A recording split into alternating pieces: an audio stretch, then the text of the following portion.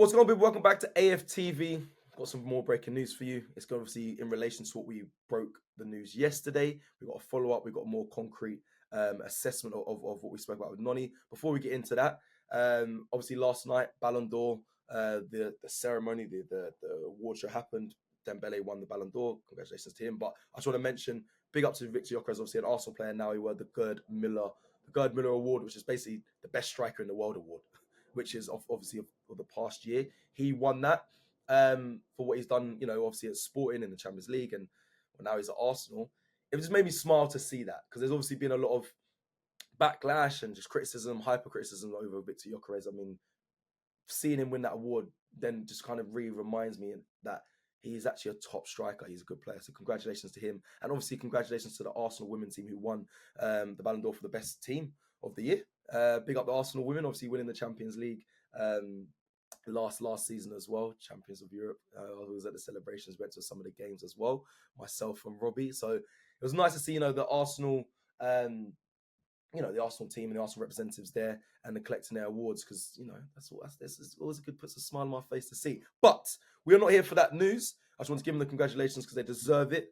Big up to the Arsenal team. The news is obviously following Noni Madueke. I'll quickly remind you of what me and Kenya actually, funny enough, we spoke about yesterday at AFTV. It was from Con Marble Halls on X. Con Harrison is his name. He initially tweeted saying Noni Madueke had discomfort at halftime in his knee due to undergo scans today. That was yesterday. Fears of ACL. If fears are confirmed, likely to miss a huge chunk of the season. Hope he's okay. Started so bright with us this season. That was the original news we broke yesterday. Obviously, the game that he's referring to was the game against Man City at halftime. I actually saw a video clip of a fan filming Noni Madueke walking down the tunnel, and he was limping. He was obviously and it was obviously limping. It was very clear, but I didn't know where that came from.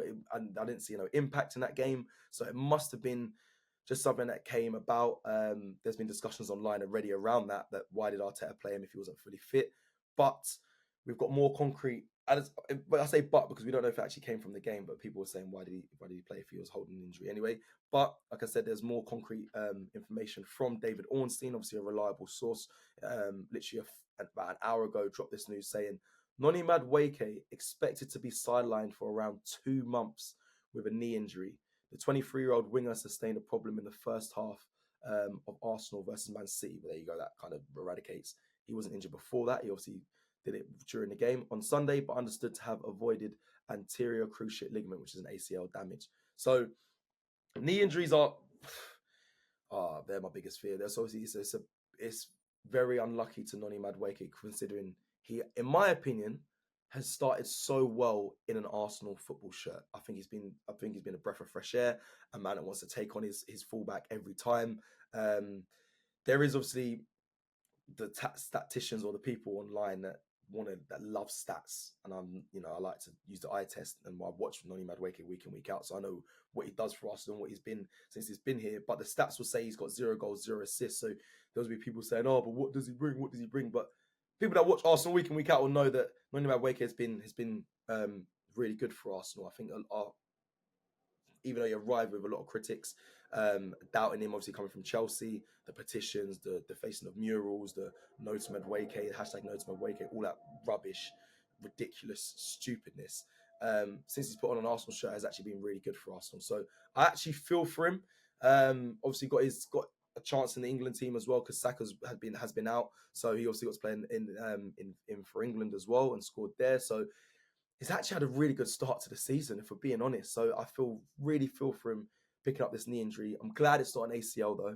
That is actually very good news, because obviously ACL prolongs from 2 months to about 6 months, and no player normally returns to full fitness the same, bar during Timber. Big him up. I have to give him the shouts and the applause, because I've never seen a man come back from a knee injury and be as aggressive and so ferocious and so good to the level that he's at. So I'm glad it's not an ACL, but it is a knee injury. And we spoke about this yesterday with Kenny. He has played a lot of games, played a lot for Chelsea, was one of their main wingers, then went to the Club World Cup, played the initial stages, then obviously came to Arsenal.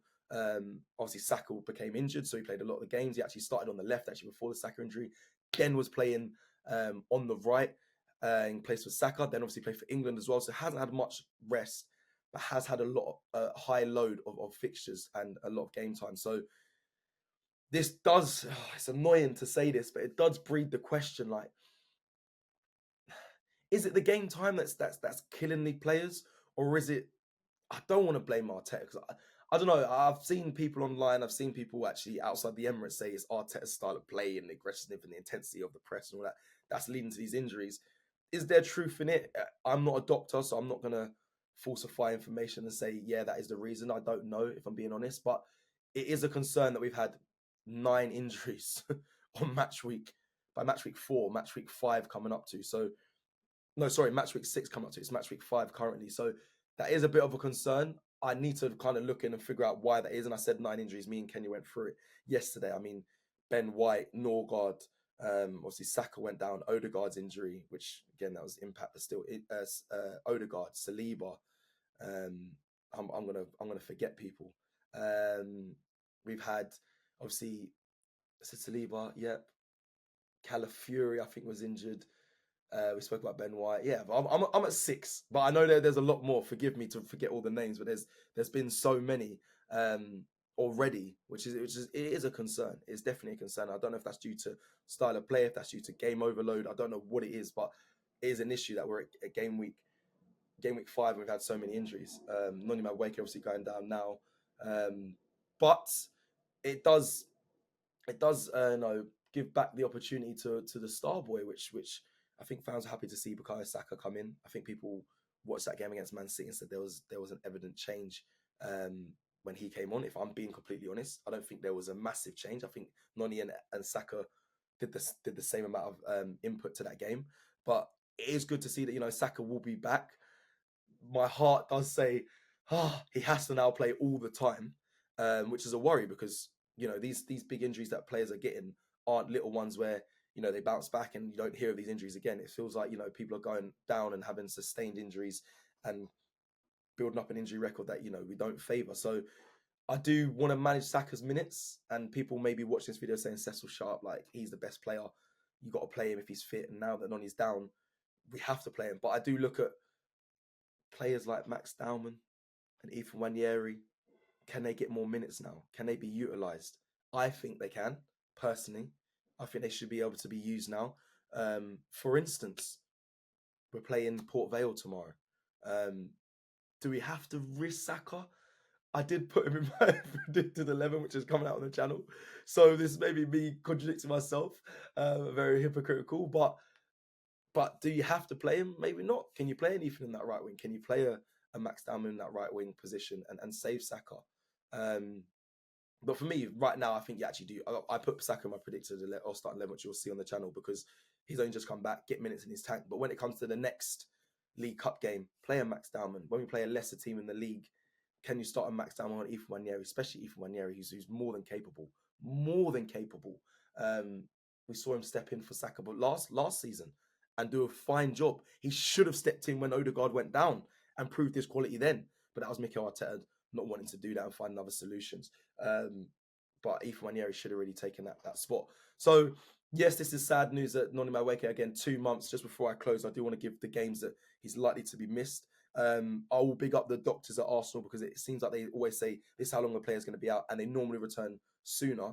But if we're missing Noni Madueke from now, he misses Port Vale, he misses Newcastle, he misses Olympiacos at home, he misses West Ham at home, he misses Fulham away, he misses Atletico Madrid at home, he misses Crystal Palace at home, Burnley away he misses, and then we got Slavia Prague away in the Champions League, then we've got Sunderland, a lot of away trips, and then by that time there's an international break in November.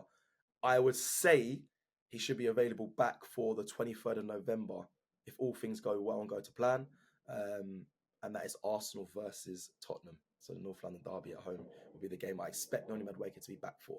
Right, just before I close, let me read you back the breaking news. David Ornstein on Twitter, literally with an hour and a bit ago, said Noni Madueke expects to be sidelined for around 2 months with a knee injury. 23-year-old winger sustained problem in the first half of the Arsenal vs Man City game on Sunday, but understood to have avoided anterior cruciate ligament, which is an ACL damage. So listen, we wish him all the best, Noni Madueke, and hope for a speedy recovery. Thank you for watching this video, and I'll be back soon, guys. Make sure you tune into our live tonight, myself and Curtis, at 7 p.m. Take care, people. Peace. GFN Soccer TV, with all your favourite shows in one place, is now live in the UK with Samsung TV Plus.